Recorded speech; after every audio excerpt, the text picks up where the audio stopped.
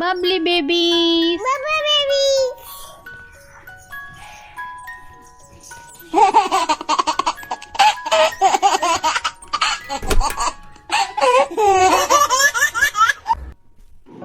தேவதையின் தீர்ப்பு.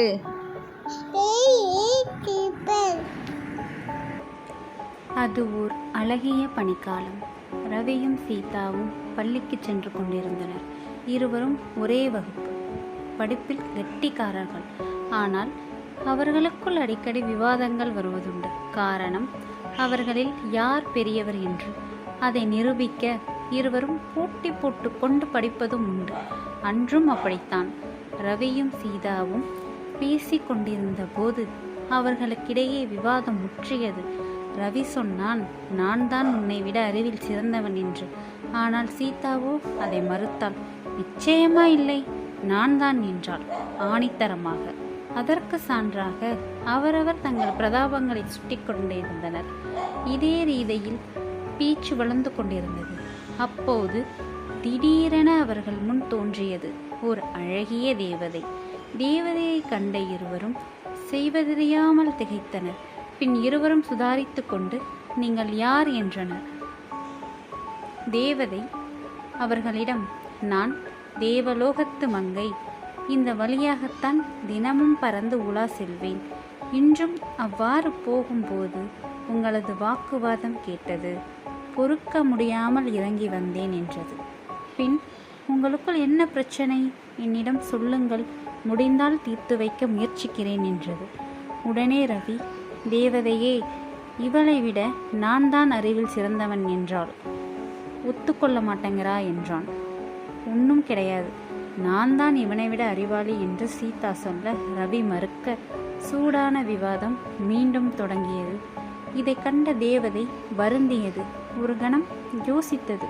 சரி சரி, உங்கள் சண்டையை சற்று நிறுத்துங்கள், இதற்கு நான் ஒரு வழி செய்கிறேன் என்று கூறியது. உங்கள் இருவருக்கும் நான் ஒரு போட்டி வைக்கிறேன். அதில் யார் வெற்றி பெறுகிறீர்களோ அவர்தான் அறிவில் சிறந்தவர் என்று கூறி, உங்களுக்கு இதில் சம்மதமா என்று கேட்டது. ரவியும் சீதாவும் சம்மதம் என தலையாட்டினர்.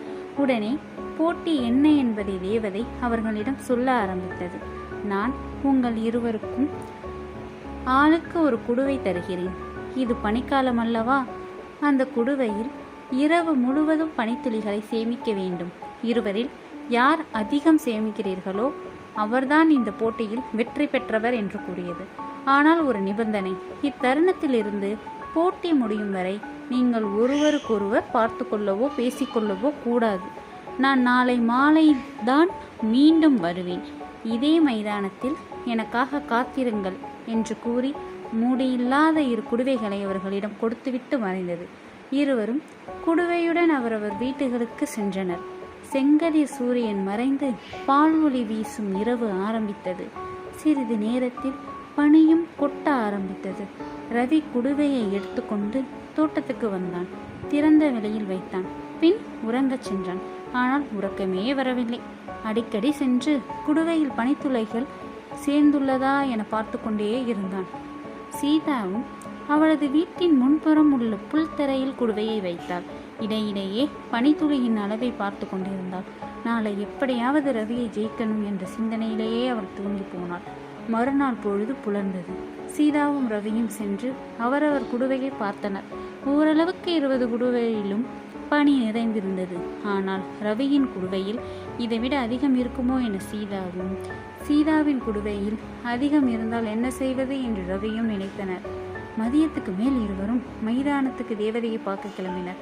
அப்போது மற்றவரது குடுவையில் அதிகமாக இருந்தால் நாம் தோற்றுவிடுவோமோ என்று இருவருமே நினைத்ததால் குடுவை நிறைய தண்ணீரை ஊற்றி எடுத்துச் சென்றனர்.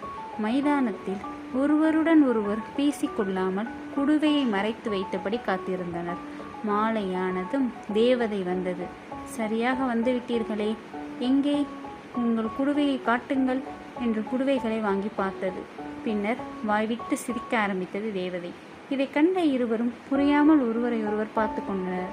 பின்பு ரவி கேட்டான், ஏன் இப்படி சிரிக்கிறீங்க என்று. அதற்கு பதில் சொல்லாமல் மீண்டும் சிரித்த தேவதை, சாதாரணமாக பனித்துளி என்பது என்ன தெரியுமா? மேலே உள்ள நீராவியின் மேல் குளிர்ந்த காற்று படும்போது அது பனித்துளியாக மாறுகிறது.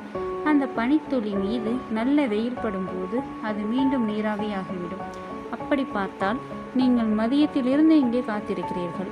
என்னதான் குடுவையில் பனித்துளி சேர்ந்திருந்தாலும் இந்த வெயிலில் சிறிதளவாவது ஆவியாகி இருக்கும். மீதி கொஞ்சம்தான் குடுவையில் தங்கியிருக்கும்.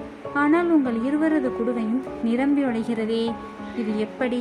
இதை கண்டு சிரிக்காமல் என்ன செய்வது என்று கூறியது. இப்போது சொல்லுங்கள், உங்களில் அறிவில் சிறந்தவர் யார் என்று அவர்களை பார்த்து கேட்டது தேவதை. இருவரும் என்ன செய்வது என்று தெரியாமல் தலை கவிழ்ந்து நின்றனர். பார்த்தீர்களா, இது நம் வாழ்வில் தினமும் நிகழும் ஒரு சாதாரண நிகழ்வு. இதை கூட நாம் தெரிந்து கொள்ளவில்லை. உங்களுக்கு ஒன்று சொல்கிறேன், இந்த உலகில் எல்லாமே தெரிந்தவர்கள், புத்திசாலிகள் என்று எவருமே இல்லை. இந்த உலகத்தில் உள்ளவர்கள் கற்றுக்கொண்டது வெறும் கையளவு மட்டுமே. கற்றுக்கொள்ள வேண்டியது இன்னும் எவ்வளவோ உள்ளன. அவற்றை தெரிந்து கொள்ளத்தான் நீங்கள் முயற்சிக்க வேண்டுமே தவிர இப்படி வீண் விவாதங்கள் செய்து நேரத்தை வீணடிப்பது எவ்வகையில் சிறந்ததாகும் என்று கேட்டது தேவதை. அதை கேட்ட இருவரும் தம் தவறை உணர்ந்து, எங்களை மன்னித்து விடுங்கள், நாங்கள் இனிமேல் இது போன்ற தவறுகளை எல்லாம் செய்ய மாட்டோம் என்று கூறினர். பின் தேவதை அவர்களை பார்த்து, உங்களுக்கு ஏதாவது பரிசு தர விரும்புகிறேன், என்ன வேண்டும் கேளுங்கள் என்றது. நீங்கள் கொடுத்த இந்த அறிவுரையே எங்களுக்கு விலைமதிக்க முடியாத பரிசு என்று ஒரே குரலில் கூறினர். உங்களது இந்த பரிசை எங்களது மற்ற நண்பர்களுக்கும் கொடுத்து அவர்களையும் நல்வழிப்படுத்துவோம் என்றாள் சீதா. மாணவர்களாகிய நீங்கள்தான் இந்த பூலோகத்தின் தூண்கள். தன்னம்பிக்கையும் தன்னடக்கமும் கொண்டு வெற்றி பெற வாழ்த்துக்கள் என கூறி மகிழ்ச்சியுடன் மறைந்தது தேவதை. ரவியும் சீதாவும் ஒருவரை ஒருவர் பார்த்து கொண்டனர், உண்மையான நட்புடன்.